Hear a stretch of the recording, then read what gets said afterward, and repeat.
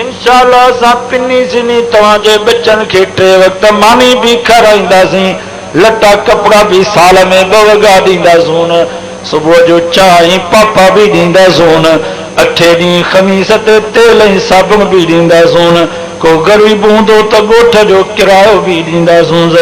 तूं जेकर पंहिंजे पुट सां मिलण जे लाइ ईंदे त इंशाअल्लाह तोखे चांहि भी मुफ़्त में पीआरींदासीं, मानी भी मुफ़्त में खाराईंदासीं। जंहिंमहिल तुंहिंजो पुट हाफ़िज़ थींदो, आलिम थींदो, उनजी दस्तार भी असां ते, उनजो वॻो भी असां ते। तूं पंहिंजी न्याणी घर मां परणाए कढंदोई त ॾाजे में टीवी ॾींदोई, असां तुंहिंजे पुट खे ॾाजे में क़ुरान जी दौलत ॾेई करे तुंहिंजे हवाले कंदासीं। बस ॿियो छा कर? मां तव्हां खां पुछां थो, क़ुरान जी जहिड़ी दौलत का आहे?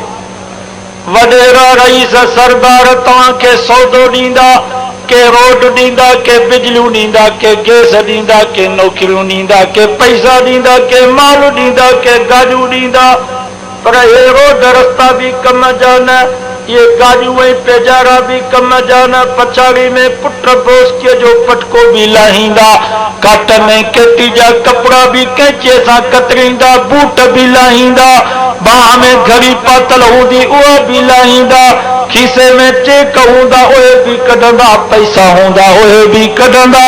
घोड़ा घोड़ा करे घर मां निकिरंदे रोई,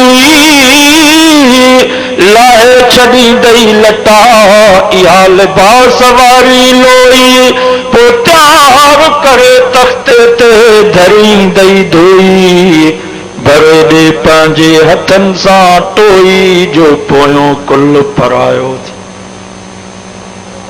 सरदारनि जेको सौदो ॾिनो उहो सॼो सौदो खसिजी वेंदो, पर ही आलिम जेके तव्हां ई असांखे सौदो था ॾियनि। आवाज़ तव्हां हिते वैद ॿुधण जे लाइ तव्हांखे क़ुरान ॾिनो,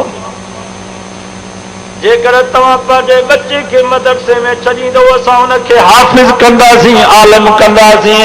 अल्लाहु अकबर।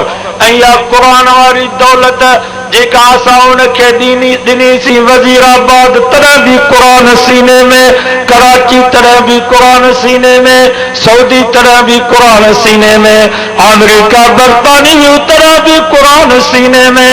पछाड़ी में मरी वेंदो, कांधी कब्र में पूरे मोटी ईंदसि, सभु बेवफा थींदा, पर क़ुरान सीने खां ॿाहिरि निकिरी कब्र में अचे आॾो बीहंदुसि।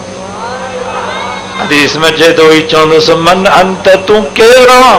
क़ुरान चवंदुसि अन सदीक़ुक, मां तुंहिंजो दोस्त आहियां। ही चवंदुसि यार मां त तोखे कोन थो सुञाणा।